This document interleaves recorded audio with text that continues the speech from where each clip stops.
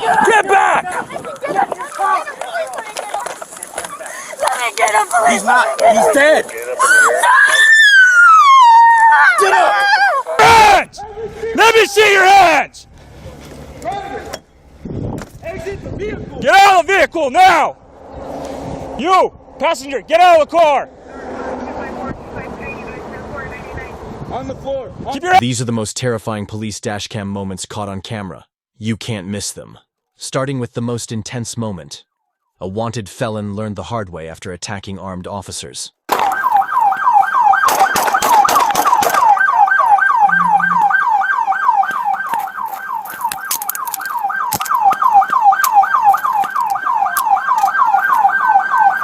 On June 21, 2023, New Mexico State Police attempted to pull over 47-year-old Bobby Crawford, a wanted felon with multiple warrants. When Crawford refused to stop in his white Chevy Suburban, a high-speed pursuit erupted through Las Cruces, with officers from multiple agencies joining the chase. The suspect led police on a chaotic route through desert roads and residential areas, even circling near his own home in a desperate bid to escape. Mesa Drive still going southbound. Desert side still. Speeds are, what is it? 25 to 30 miles an hour. Suspect is still going at a high rate of speed. Okay. We're about to enter back onto roadway. We're going to be sticking on the desert. He's staying in the desert. He's not going towards Oh, look. Slow.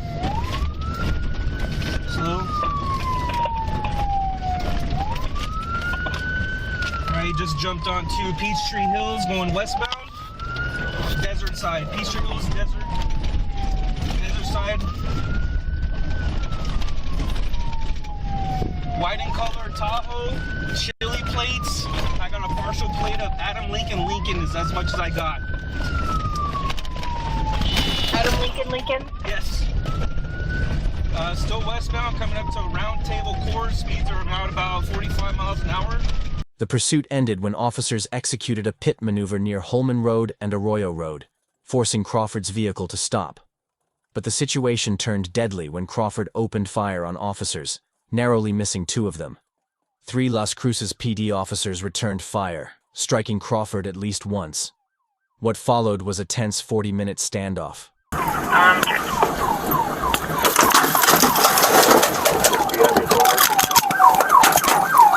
Shots fired! Back me up!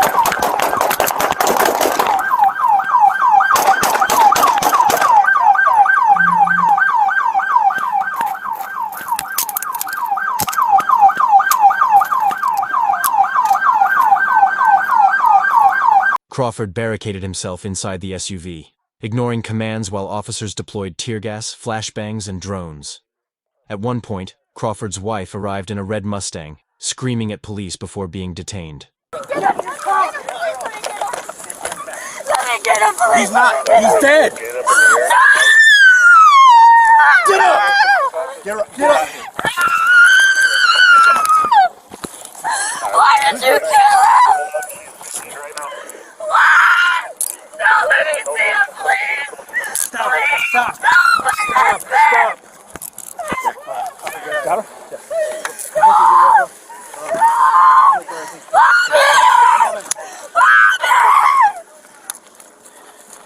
Why did you guys kill him?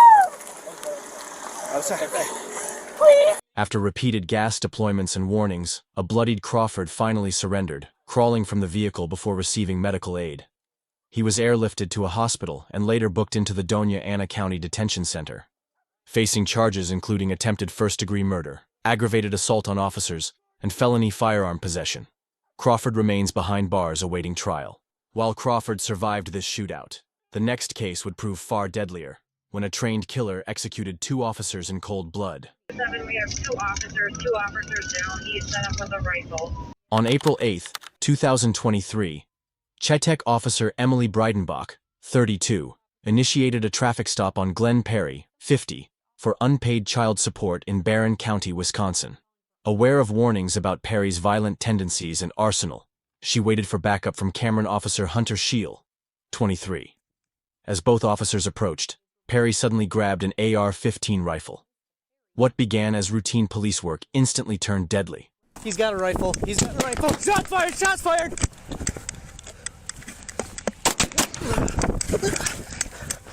Officer down! Officer down! Officer down!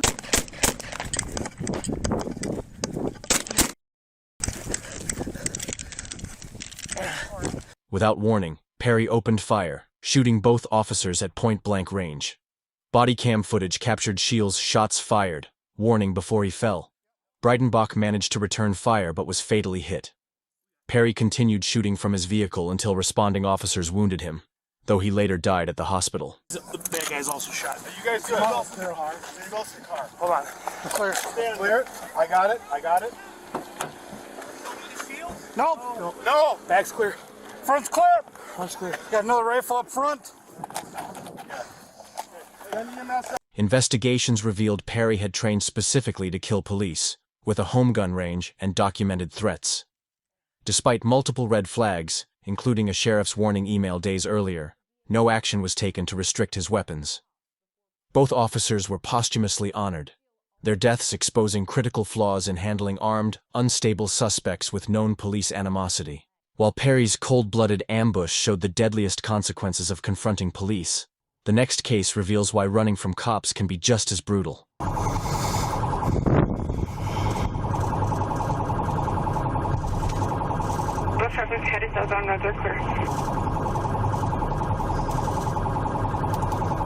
On January 26, 2022, a New Mexico State police officer attempted to pull over 43-year-old Paul Mars for failing to stop at a stop sign in Bernal.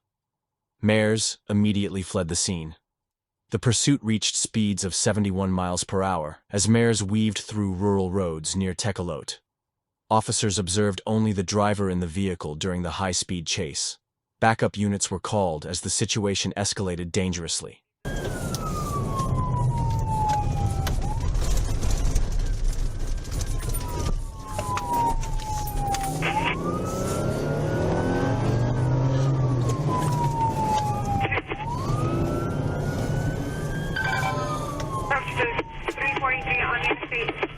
About 55 miles an hour. Please see if you can block off the speed on us.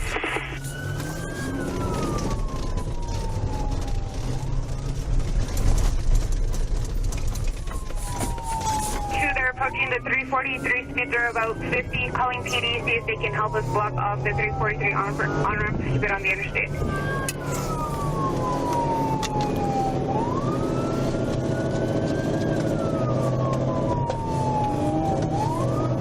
After a successful PIT maneuver stopped the fleeing vehicle, gunfire erupted between Mars and officers. Body cam footage captured the chaotic scene with officers shouting. Mars was struck in the hip while exiting his vehicle and collapsed to the ground. 2 unharmed passengers were detained while officers rendered aid to the wounded suspect. Mars admitted to being shot twice as police secured the scene and recovered weapons. On the floor. Keep your hands up! Keep your hands up! Both of you on the floor. On the floor. On your stomachs. Get on the ground! Stomachs. Keep it, hold on them. Where are you hit? Can you get your belt off? Yeah. Get out. Get out. I'm not gonna be sir. I'm on my stomach. Get down. I'm down, sir. Oh, my stomach, sir. Stay there, stay there. 253, 253. Go ahead and send a 55. I have one male subject who has been hit. Hi, sir, I'm hit. Your hands. Stay there, just stay there. Mars survived his injuries, but faced 7 new charges including aggravated assault on an officer. His extensive criminal history included a 2014 conviction for battery on a peace officer, plus prior charges for auto theft and drug possession. This marked his second offense of evading law enforcement, demonstrating a pattern of dangerous behavior. While Mars' case showed the dangers of police pursuits, the next incident would reveal even darker consequences of police encounters. Yeah. We're at the station. You can send us outside.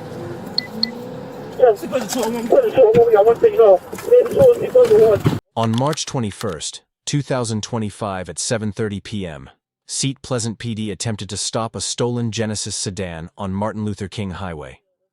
The driver, a light-skinned male in a white hoodie, fled toward a gas station where Prince George's County officers spotted him. Radio chatter confirms officers identified the DC-registered vehicle as recently stolen, escalating the pursuit. The suspect accelerated eastbound, ignoring emergency lights.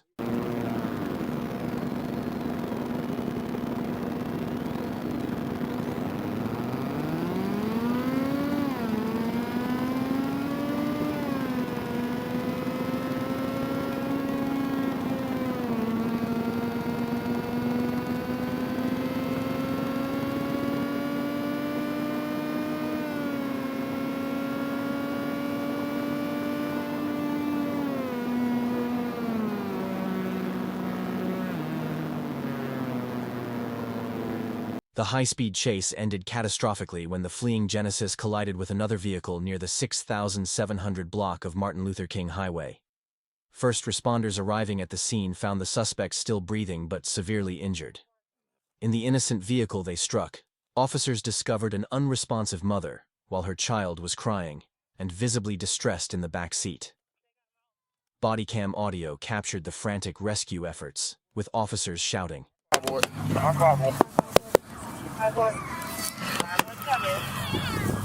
Hey, use your punch. This one? Alright, stand back. Hold on. Hold on, we coming. Cover your eyes. Cover your eyes. You okay? Come on, try to get this door locked. Hold on, we're coming. Hey, can somebody get up here with gloves? You alright? Yeah, I got you. Please reach in this one. Okay. We got it. It's alright, mama. Driver's unconscious. Who got it? We can't go in from this side. Hold on, okay? Can you hear me? Can you hear me? Alright, we got it. Despite emergency medical intervention, the fleeing suspect succumbed to his injuries at the scene. The critically injured mother was rushed to a trauma center, while the crying child received treatment for minor injuries. Police confirmed the Genesis had been reported stolen, but found no weapons in the vehicle. While this chase ended in tragedy, another pursuit would push the danger to terrifying new levels, when a 125-mile-per-hour race through dark, wooded terrain.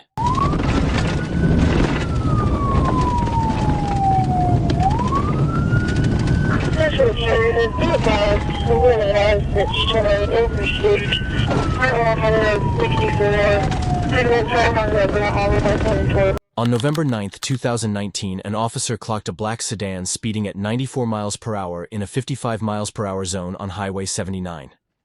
When the officer attempted a traffic stop, the driver accelerated erratically, initiating a pursuit through rural Columbia County. The fleeing vehicle dangerously swerved between parked cars on Columbia Road 64 before turning onto gravel roads, kicking up dust clouds at dangerous speeds.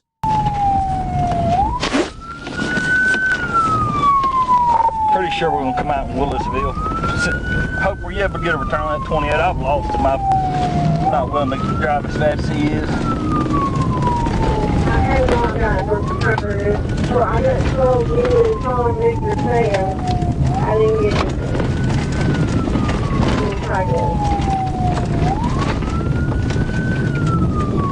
Tempo, I'm going to continue north.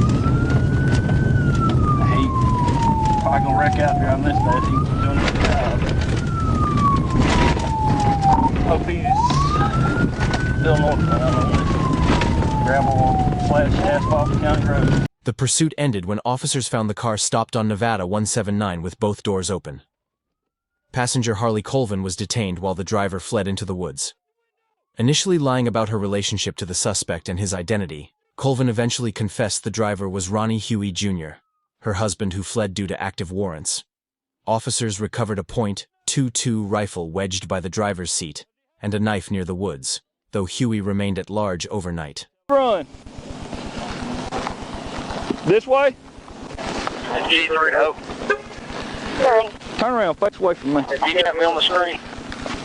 He went that way? What's he running for? Yeah, 10-4.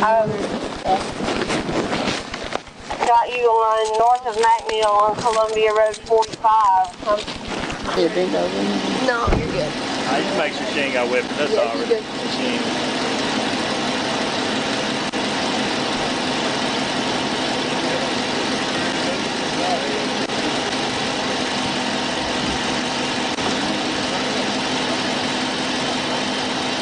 Huey surrendered the next day, admitting he fled because he thought he had a warrant. Charged with felony fleeing, reckless driving, and other offenses, he was released pending formal warrants. The seized weapons were returned to his mother after confirming Huey wasn't a prohibited possessor. While Huey ultimately chose surrender, the next case would prove what happens when suspects overestimate their driving skills, with deadly consequences. The vehicle backed into my unit and took off.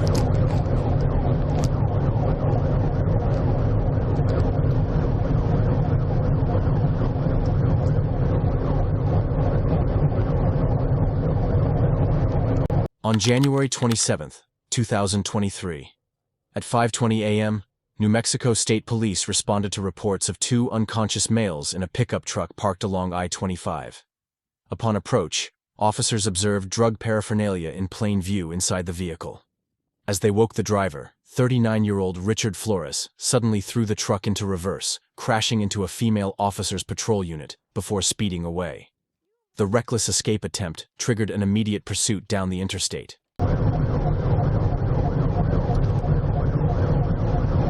Affirmative, calling 200.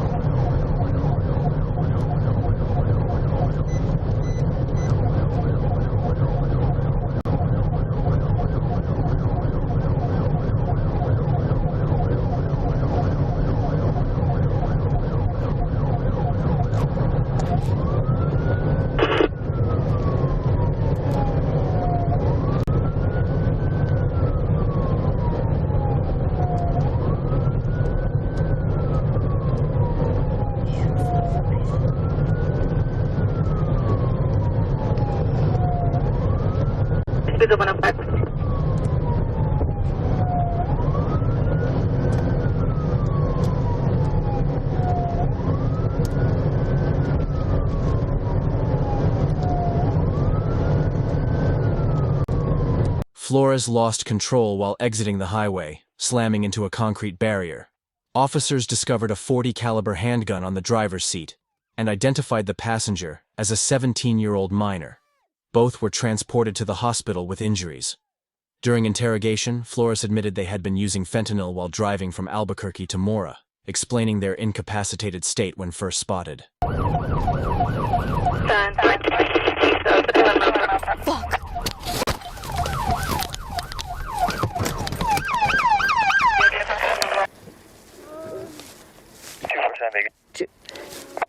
Let me see your fucking hands! Let me see your hands! Let me see your fucking hands! Get out of the vehicle. Don't let me see your hands. Let me see your hands. Get out! Get out! Get out! Get on your stomach!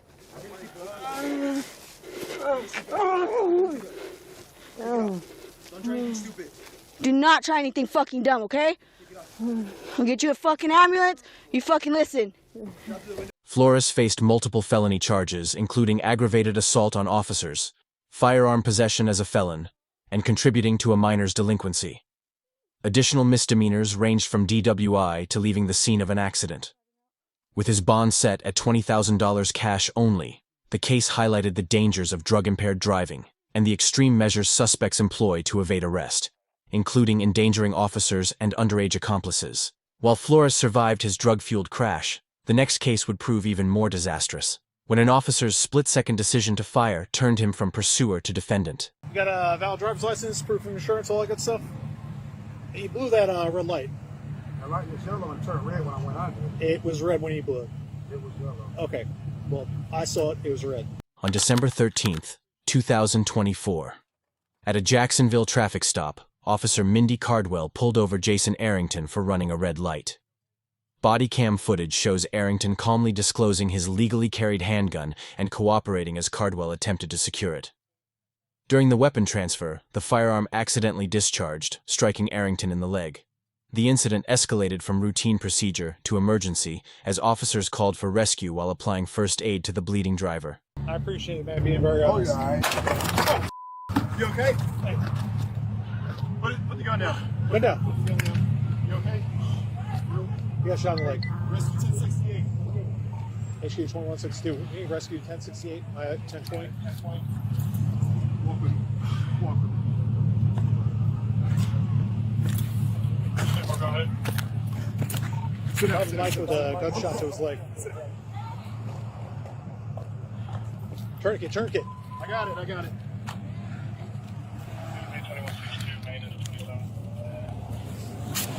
You okay? Hey, Cindy, do me a favor. Just get